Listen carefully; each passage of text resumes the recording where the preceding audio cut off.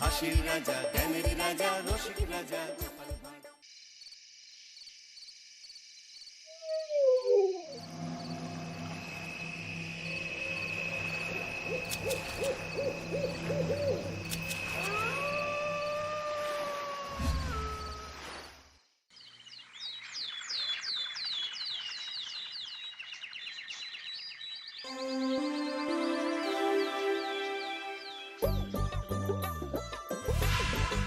দূর দূর, হঠাৎ করে কেন যে এত চুল ঝরছে বুঝতেই পারছি না। কতদিন হয়ে গেল চুল ওঠা আর থামছেই না। না, এমন হতে থাকলে তো মাথায় টাক পড়ে যাবে। না না না, আজ রাজবৈদ্যের কাছে পরামর্শ নিতে হবে। কি ব্যাপার মহারাজ, আজ আপনাকে এমন চিন্তিত দেখাচ্ছে কেন? জীবনে বড় দুঃখ গোপাল, মন মেজাজ একদম ভালো নেই। সে কি কি হয়েছে মহারাজ? গোপাল থাকতে দুঃখ কিসের? আর বলো না, মাথার চুলগুলো আজকাল ঝড়ে পড়া পাতার মতো পটপট করে ঝরে যাচ্ছে। আমি তো জানি কেন এমন হচ্ছে, কিন্তু এখনই মুখ খুললে চলবে না। আর একটু বেশি বিপদ বাড়লে তখন মাঠে নামবো। তাই বলুন। এ তো খুব ছোট ব্যাপার। চুল ঝরলে টাক পড়বে, আর সেটা পড়া কত ভালো জানেন? কথায় আছে, যত বড় টাক তত বেশি টাকা। তুমি চুপ করো তো বাপু। যদি টাক থাকলেই টাকা হতো, তাহলে তোমার টাকা কোথায়? যেটা বোঝো না সেটা নিয়ে কথা বলো না। তাই না তাই, মহারাজের ঝরছে চুল, চিন্তার ভাঁজ মাথায়। গোপাল যতই চেষ্টা করুক, চিড়ে ভিজবে না কথায়। তোমরা সকলে থামো তো দেখি। ও রাজবৈদ্য, তুমি এর কিছু উপায় বলো। আগে মহারাজ, অনেক সময় দেহে ওই লৌহের পরিমাণ কমে গেলে এমন চুল ঝরে। আপনি বরং পালং শাক, ওই কিশমিশ, কলা ও আরো কিছু ফল আমি বলে দিচ্ছি, সেগুলো বেশি করে খান। আচ্ছা আচ্ছা আচ্ছা, তবে তাই করে দেখি।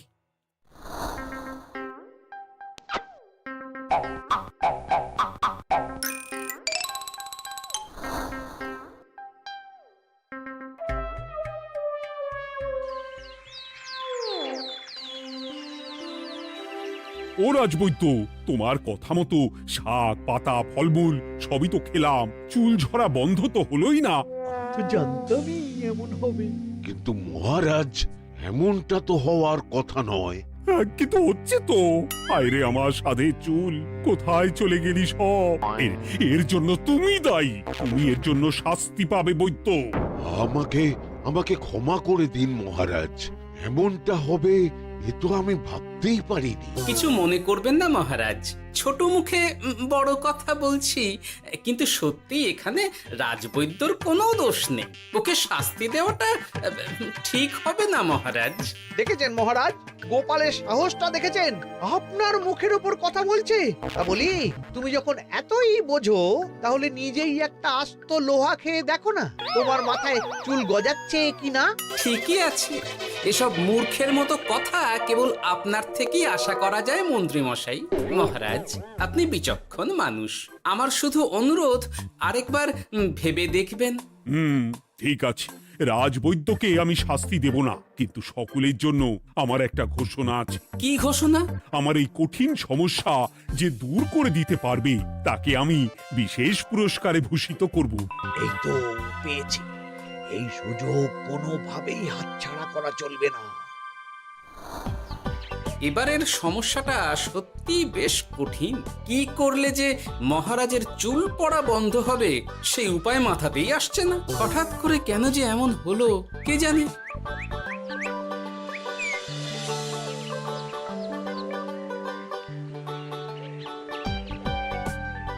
ও মা, তুমি এসে গেছো? একটু বসো, আমি তেলটা মেখেই হাত ধুয়ে খাবারটা বাড়ছি। হ্যাঁ, সে ঠিক আছে, কিন্তু তুমি কিসের তেল মাখছো এটা? কি আবার মাথার চুলের তেল? এখানেও চুল, ওদিকে মহারাজেরও চুল ঝরে পড়া নিয়ে আমরা সবাই হিমশিম খাচ্ছি গিন্নি। আরে, মহারাজের অত সুন্দর কালো চুলগুলো ঝরে যাচ্ছে, এ তো ভারী দুঃখের কথা। সে আর বলতে। ওই জন্যই তো আমি বাবা মাথায় এই জড়িবুটি তেল মাখি। এতে চুলের গোড়া শক্ত করে, চুলকে ভালো রাখে, নতুন চুল গজায় সব। হ্যাঁ কি কি বললে? নতুন চুলও গজায়? সত্যি? হ্যাঁ, বাহ, তাহলে আর চিন্তা কি? আমাকে এই তেলটা একটু দিতে পারবে গিন্নি? মহারাজকে দিয়ে আসি। উনি বলেছেন যে ওনার সমস্যা দূর করতে পারবে তাকে উনি পুরস্কার দেবেন। ওমা, এই তাই নাকি? এ তো দারুণ ব্যাপার গো। নাও নাও নাও, তেলখানা নিয়ে মহারাজকে কাল দিয়ে এসো তাহলে। আর জানিয়ে দিও, দিনে 2 বার কিন্তু তেল মাখতেই হবে। হ্যাঁ, আচ্ছা, ঠিক আছে।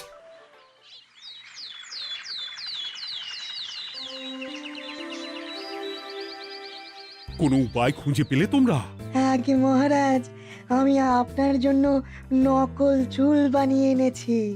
যতদিন আপনার চুল পড়া বন্ধ না হচ্ছে ততদিন আপনি এটা পরে ব্যবহার করতে পারেন। সে তো বুঝলাম, কিন্তু নকল চুল তো আর আসল চুলে জায়গা নিতে পারবে না বিজ্ঞানী।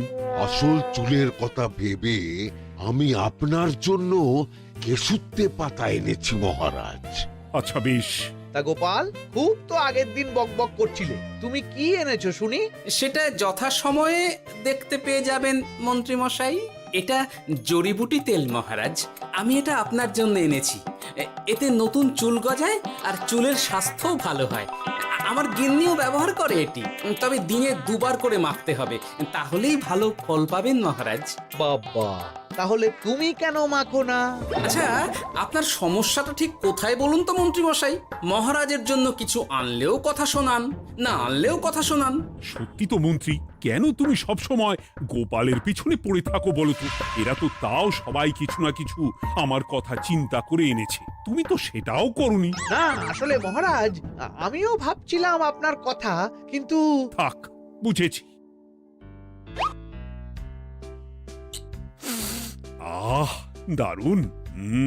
তেলের গন্ধটাও খুব সুন্দর। গোপাল, তোমায় অনেক ধন্যবাদ। আশা করছি ব্যবহার করলে খুব ভালো ফল দেবে। একদম দেবেই মহারাজ। দূর বাবা, ভেবেছিলাম এক, হলো আর এক। কোথা দিয়ে যে গোপালটা মাঝখান দিয়ে এসে নাক গলিয়ে ঢুকে পড়ে, খুব শক্ত পুরস্কার নেওয়ার। দেখাচ্ছি মজা।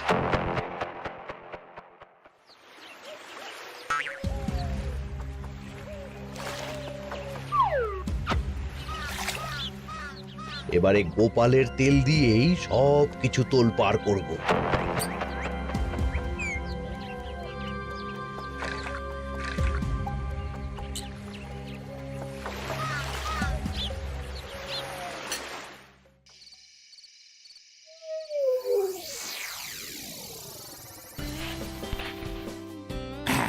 ব্যাস, হয়ে গেল 2 বার মাখা।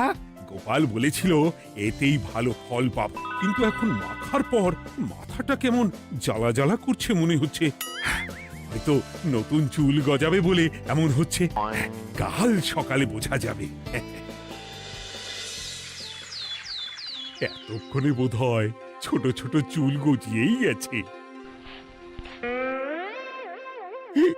কি এটা চুল গজানোর তেল ছিল নাকি পড়ে যাওয়ার? হে ভগবান, যেটুকু বাকি ছিল সেটাও ঝরে পড়ে টাক পড়েই গেল। হ্যাঁ, গোপালই হলো যত নষ্টের গোড়া। আজ আসুক সভায়।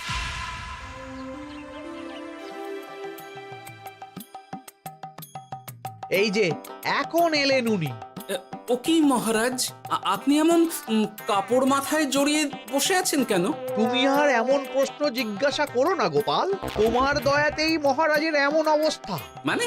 মানেটা আমি তোমায় দেখাচ্ছি, দাঁড়াও। এই যে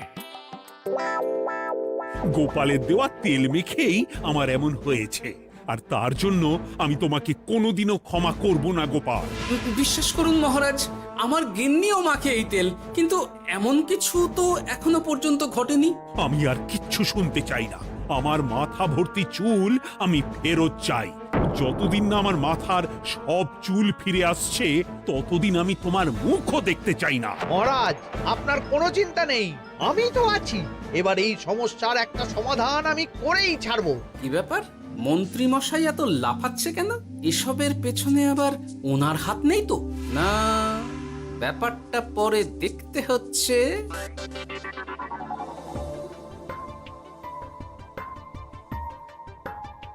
আমি বলি কি মহারাজ, এই সময়টা বরং আপনি নকল চুলটা মানে মানে পরচুলা ব্যবহার করুন। হ্যাঁ, অগত্যা কিছু তো একটা গন্ডগোল আছেই। গিন্নিও তো রোজ মাথায় তেল মাখে, কই এমন তো হয় না। মন্ত্রী যদি কিছু করেও থাকে তাহলেও হাতে নাতে ধরবো কিভাবে? ও কি গো গোপাল দাদু, এখন এই সময় তুমি রাজসভা ছেড়ে এখানে? তোদের দাদু আর রাজসভায় যাবে না রে? কি বলছো গো? কেন? আর কেন, বিনা দোষে এমন শাস্তি। তোমায় শাস্তি দিয়েছে? তুমি শুধু বলো কে তোমার সাথে কি করেছে, বাকিটা আমরা বুঝে নিচ্ছি। আচ্ছা বলছি, কৃষ্ণনগরের মন্ত্রী মশাইয়ের বাড়িটা কোন দিকে একটু বলতে পারবেন? কৃষ্ণনগরে নতুন নাকি? আগে তো আপনাকে কখনো দেখেছি বলে মনে পড়ছে না। হ্যাঁ, আমি এখানে থাকি না, আমি এখানে আমার কাজে এসেছি, তাই মন্ত্রী মশাইয়ের বাড়ির ঠিকানাটা যদি একটু বলে দেন। নিশ্চয়ই, এ পথ দিয়ে সোজা চলে যান, তারপর কিছুটা ডান দিকে গেলেই পেয়ে যাবেন। আচ্ছা, অনেক ধন্যবাদ। ভিন গাঁয়ের লোক মন্ত্রী মশাইয়ের বাড়িতে, ব্যাপারটা বেশ সন্দেহজনক লাগছে।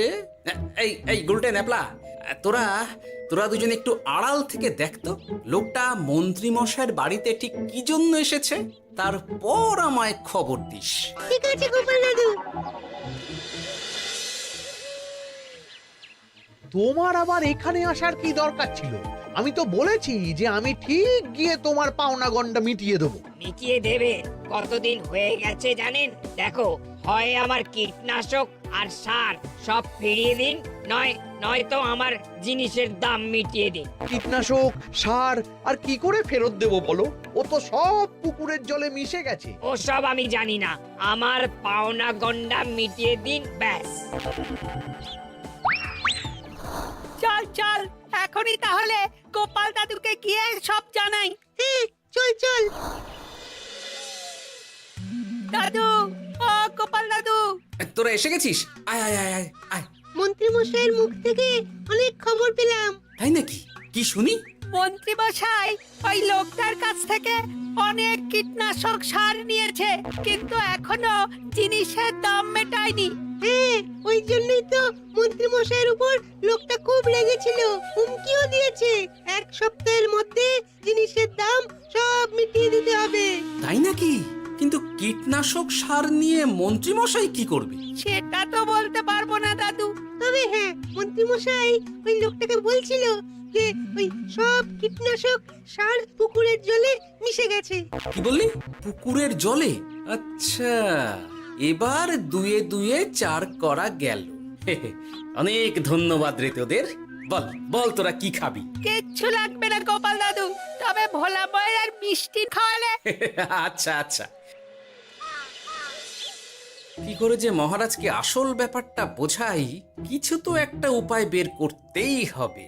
তা বলি বাবা, রাজসভায় যেতে হবে না বলে কি সারাদিন এইভাবেই শয়নে শয়নে দিন কাটাবেন বাবা? হ্যাঁ, উপায় পেয়ে গেছি। বুঝলে গিন্নি, আমাকে একটা জায়গায় যেতে হবে, বুঝলে? তারপর ওখানে যদি কাজ হয় তাহলে আগামীকাল রাজসভায় আমি যাব। কিন্তু তুমি যে বলেছিলে তোমার এখন ছুটি। হ্যাঁ, কি আর করি বলো, গুরুত্বপূর্ণ একটা কাজ, তাই যেতেই হবে। আচ্ছা যাও। ওই গো বিজ্ঞানী, আরে গোপাল যে, বলো। এই যে বিজ্ঞানী, একটা বিশেষ দরকারে তোমার কাছে এলাম, বুঝলে? হ্যাঁ, বলোই না। আচ্ছা, এই দূষিত জলকে কিভাবে আবার পরিশুদ্ধ করে বলতে পারবে? কেন পারবো না? জলের মধ্যে একটু চুন আর ফটকিরি দিয়ে দিলেই জল আবার দূষণমুক্ত হয়ে যাবে। তবে ওগুলো দেওয়ার পর কিছুদিন সেই জলকে ব্যবহার করা বন্ধ রাখতে হয়। হ্যাঁ, আচ্ছা আচ্ছা, অনেক ধন্যবাদ, আসি তাহলে। হ্যাঁ,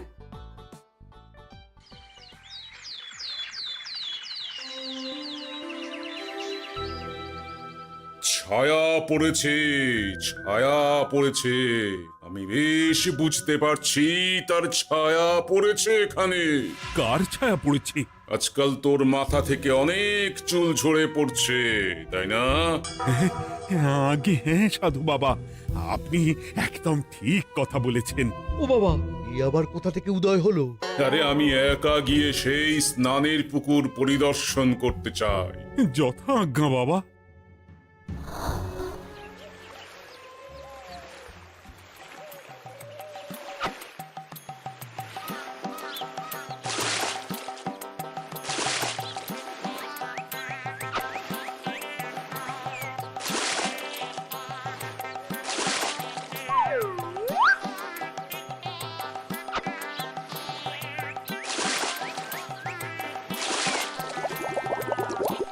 যাক বাবা, মোটামুটি সপ্তাহখানেক এভাবে থাকলেই পুকুরের জল আবার আগের মতো পরিষ্কার হয়ে যাবে।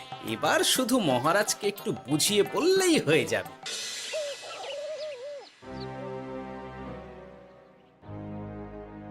কি বুঝলেন সাধু বাবা? আমার অনুমানটাই ঠিক ছিল।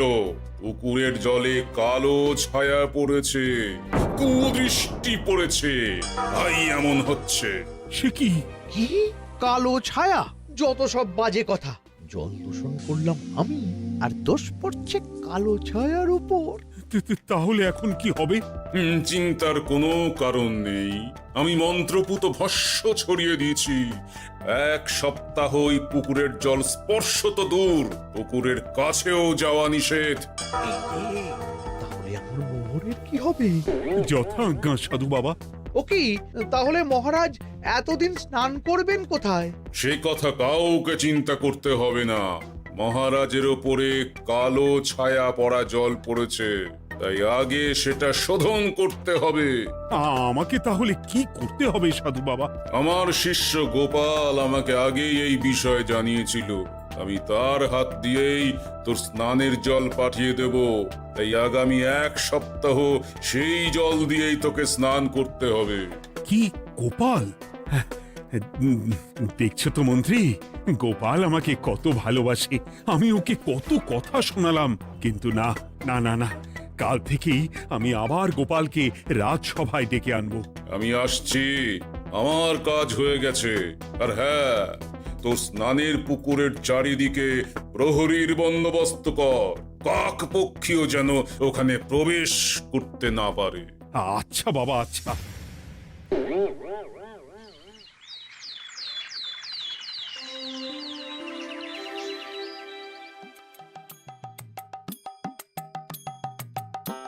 গোপাল, তোমাকে আবার এখানে দেখতে পেয়ে আমার খুব ভালো লাগছে। তোমার গুরুদেব গতকাল এসেছিলেন, কিছু মনে করো না। না বুঝেই তোমাকে অনেক কথা শুনিয়েছি। না মহারাজ, আমি জানি আপনি আমাকে খুব ভালোবাসেন, তাই আমি কিছু মনে করিনি মহারাজ। এই নিন, আমি আপনার স্নানের জল এনেছি। হ্যাঁ হ্যাঁ হ্যাঁ, দাও দাও দাও।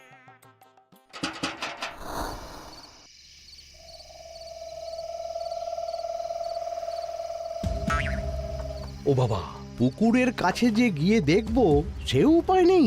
চারপাশে প্রহরীতে ভর্তি, তাহলে কি সত্যি সত্যি কালো ছায়া পড়েছে? ভালোই হলো, পাওনাদারকে বলে দেবো কীটনাশকটা জালি ছিল। হি হি।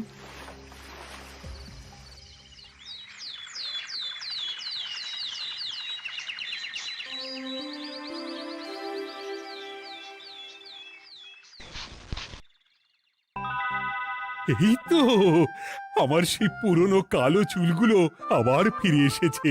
আহা, কি যে আনন্দ হচ্ছে দেখে। আজ 1 সপ্তাহ সম্পূর্ণ হলো।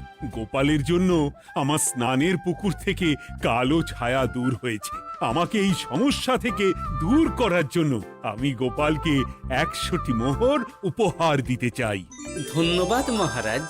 দূর, আমার আর ভালো লাগে না। সব সময় গোপালই মোহর পায়, এটা তো আমার পাওয়ার কথা ছিল। এদিকে আজকে পাওনাদারও আসবে।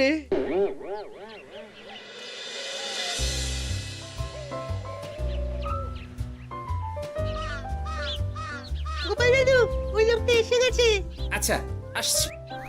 এটা তো মন্ত্রীর বাড়ির দিকে রাস্তা। আমরা তাহলে ওদিকে এদিকে কেন যাচ্ছি গোপাল? আপনার পুকুরের আসল রহস্যটা কি সেটা আপনি জানবেন না মহারাজ? মানে নিজের চোখেই দেখুন, তাহলে বুঝতে পারবেন। আর একটু সময় দাও আমায় ভাই, এমনিতেও তোমার কীটনাশক কোনো কাজের নয়। কি এখন এসব কথা? আর একদিনও সময় দিতে পারছি না। একটু বোঝো, একটু। সব আমি মহারাজের পুকুরের জলে মিশিয়ে দিয়েছি। মন্ত্রী, তুমি তাহলে সেই কালো ছায়া? মহারাজ, আপনার পর্দা ফাঁস হয়ে গেছে মন্ত্রী মশাই। তুমি তাহলে সবটা জানতে? একদম প্রথম থেকে। রে, খুব জোর ফেঁসেছি। এদিকে পাওনাদার, ওদিকে মহারাজ, এইখান থেকে কেটে পড়তে হবে।